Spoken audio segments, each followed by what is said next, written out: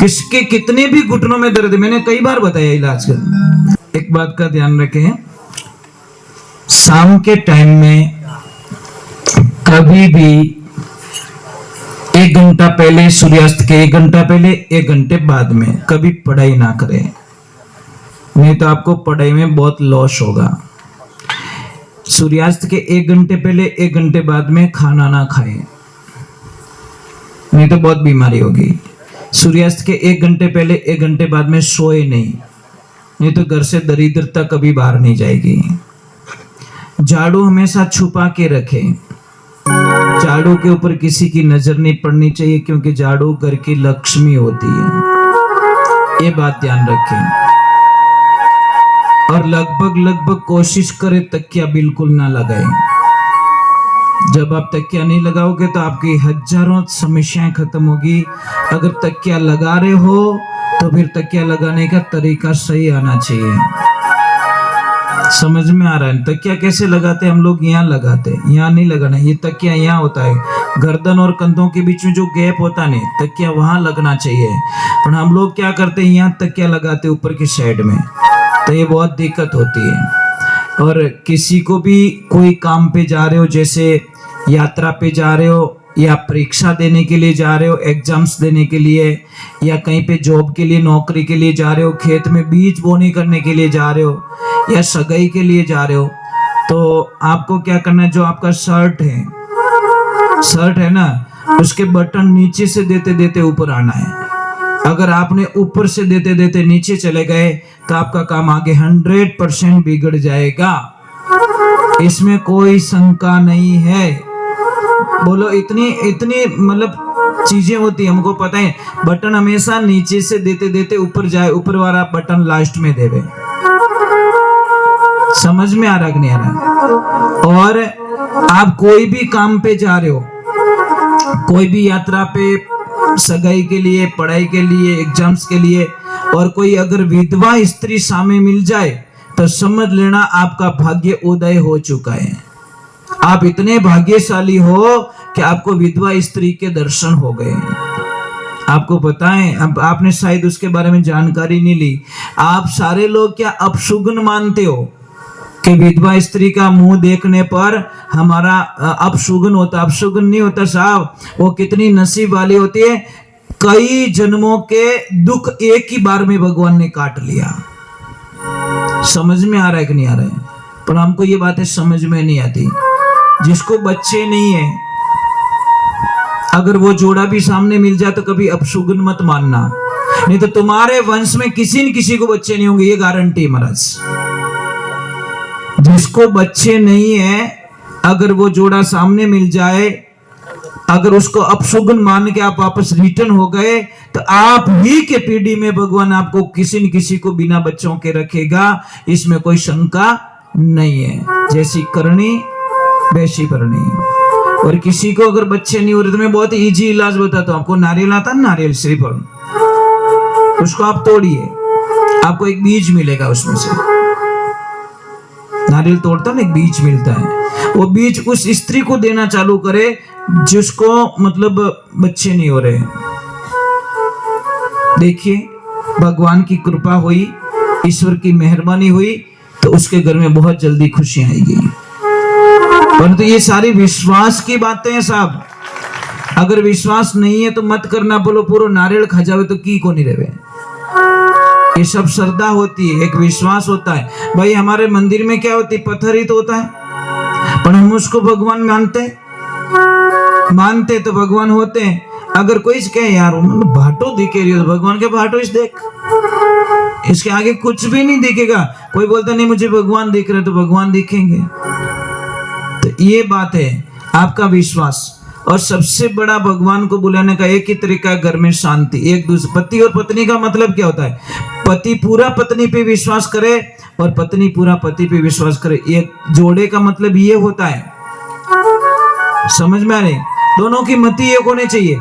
एक पूजे हनुमान जी ने, दूजोड़ू पूजे इला जी ने, तो उन घर में शांति कोई शांत तो ही नहीं रहे, कितना भी कुछ करा लो। और दूसरे नंबर मैंने कई लोगों को देखा है एसी लगाते। एसी में ठंडक होती है, एकदम कूल होता है ना, चिल्ड एकदम। देखना एसी मुंह बाहर निकल अन गालियां बोल दे, बोलो भाई एसी कहीं काम रही मैंने खाली शरीर ठंडो रही, खोपड़ी ठंडी रही को नहीं। समझ में आ रहा कि नहीं आ भाई? एसी से दिमाग भी तो ठंडा होना चाहिए ना, पर मातो तो ठंडो रियो ही को नहीं, खाली बॉडी ठंडी हो गई उसकी। हर बार निकलते ही बम फोड़ दिया। भाई एसी क्यों लगाई भाई? एसी का मीनिंग होता है तेरा दिमाग भी ठंडा होना चाहिए, ये ध्यान रखे। फालतू बिल मत देना, जो कोई एसी वाला गाने बोले बिना कनेक्शन काट दो, फालतू को बिल आ रही हो और ठंडो तो वही को दिमाग हो, क्या मतलब महाराज उसके। तो ये चीज है ना, सोचने की बातें होती है हमारे भाई। खाना खा रहे पेट नहीं भरा, वो खाना क्या काम का, ये चीज है। कई लोग बोलते महाराज, एक तरफ आप बोलते हो कण कण में भगवान है, तो फिर हम मंदिर क्यों जाते हैं? ये प्रश्न बहुत ही गहरा है। तो फिर हम मंदिर क्यों जाते हैं? मैं आपको एक चीज बोल दूं ना, हवा पूरे ब्रह्मांड में, फिर भी हम पंखे क्यों लगाते हैं? पंखों बट लगान अटे हूणो, समझ में आ रहा है कि नहीं आ रहा है? हम पंखे के नीचे क्यों? क्योंकि पंखा विशेष करके उस हवा को हमारे तक, तो मंदिर में वो एनर्जी होती है, सबकी एनर्जी वहां मिलती है, सबका विश्वास वहां पे एक पॉजिटिविटी पैदा करता है, और पॉजिटिविटी पैदा करने पे आई बिलीव इट्स गॉड।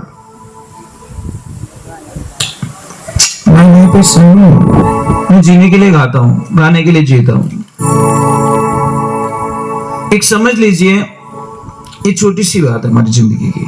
चलो मैं एक दो भजन और सुनाऊंगा, कोई आपका कोई हो भगवान तो मुझे बोल देना, उनका भजन सुना देता हूँ, फिर मैं आरती करूंगा। आरती के बाद मैं एक साधना दूंगा, साधना के बाद में आपको छुट्टी और मेरे को भी छुट्टी, ठीक है?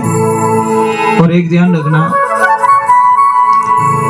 जब आप कोई भी यज्ञ में बैठोगे, हवन में बैठोगे, तो आपका तन और मन दोनों एक्टिव चाहिए। ब्राह्मण देवता के स्वाहा और वो यजमान बागुज भड़प आहा, तो यज्ञ कराने वाला भी जाएगा काम से, और यज्ञ में बैठा है वो भी जाएगा काम से, कुछ भी फायदा मिलने वाला नहीं। तन और मन दोनों स्वस्थ होना चाहिए, एक्टिव एकदम।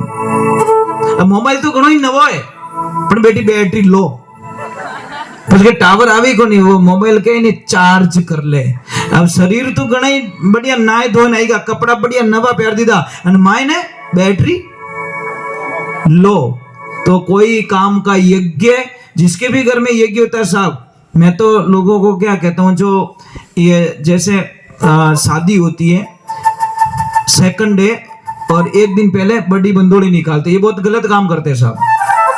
बंदोली एक दिन गैप में अगले दिन निकालो, एक दिन का गैप दीजिए, ताकि सारे सुबह में उठ के एक्टिव होके बारात में जाए। फिर बारातिया नाल नो पड़े, एक नीमड़ा नीचे पड़ियो, एक वटी पड़ियो, आखी रात बैठो डीजे माते धूलो उड़ायो। समझ में आ रही? बींद खुद ही नींद लेवे फेरा में, इन्हें पढ़ाए दी तो पढ़िया पछे ठा पड़ेगा पड़गा, क्यों बापड़न आखी रात जगह हो इन्हें। तो नियम ये कहता है कि बंदोली का जो सिस्टम होता है, एक दिन पहले निकाल दो, एक दिन का गैप दे दो, उस दिन कोई नहीं होना चाहिए, नाच गान बिल्कुल नहीं, नॉर्मल होना चाहिए, टाइम पे सो जाओ, सुबह में बढ़िया बारात में जाओ एक्टिव होके। समझ में आ रहा है नहीं आ रहा है? क्योंकि यज्ञ करते हुए उबासी आना भी वर्जित मानी गई साहब। अगर आपको यज्ञ करते हुए उबासी आ गई तो भी वर्जित है यज्ञ में। पर ये चीज कौन समझाए महाराज? सत्यगुरुदेव की। एक तो अगरबत्ती मत किया करो, आप अगरबत्ती करते ही आपका यज्ञ सारा असफल हो जाता है। धूप बत्ती करो, क्योंकि अगरबत्ती में बांस आता है, और बांस जलाना हमारे शास्त्रों के विरुद्ध होता है, बिल्कुल अलाउ नहीं होता साहब। फिर भी हम पहले काम करो, अगरबत्ती लगाओ, वहीं से हमारा यज्ञ असफल में चला जाता है। आप धूप बत्ती कीजिए, गूगल धूप कीजिए, और कुछ भी धूप नहीं मिले तो आप गाय का गोबर लीजिए, उसमें थोड़ी मिर्ची मिला दीजिए, थोड़ा गाय का घी मिला दीजिए, थोड़ा ये खोपरे का जो पाउडर आता है वो मिला दीजिए, ऐसे करके उसका धूप बना के धूप चढ़ा दीजिए, ये हो गया धूप बढ़िया। ये ध्यान रखे, किसी को कितना भी श्वास चढ़ता हो, कितो भी श्वास चढ़े, शाम के टाइम में ये भूंगड़े आते हैं ना खाने वाले चने येलो कलर के, और शाम को सोते वक्त उसको 50 ग्राम खिला दो, पानी मत पिलाओ, श्वास नहीं चढ़ेगा। पर पानी पिलाओगे तो काम गड़बड़े साहब।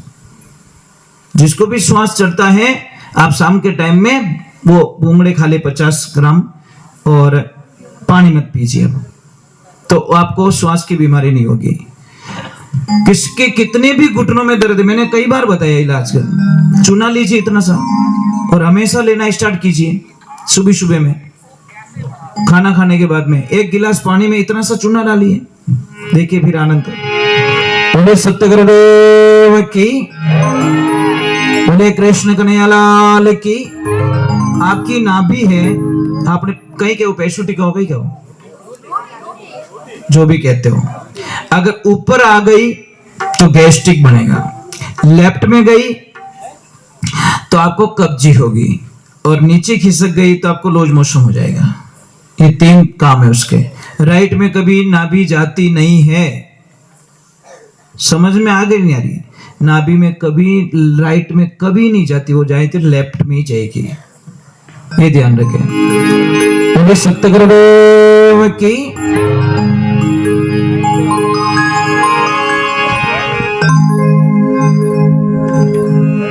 चलो मैं 2 भजन और सुना देता हूँ। कोई महादेव जी का वगैरह वगैरह कुछ हो तो बोल देना मुझे, कोई भी यूं की कर, आप ही तो बोल दो कोई एक का 2 भजन के पे आ मारे महादेव जी का। चलो हनुमान जी का गा लेते, ठीक है? हनुमान जी महादेव जी, महादेव जी हनुमान जी, बस दोनों एक ही, अलग मत मानना, क्योंकि शिव का 11वें अवतार रुद्र अवतार में हनुमान जी है। बोले श्री भगवान की, बोले बालाजी महाराज की।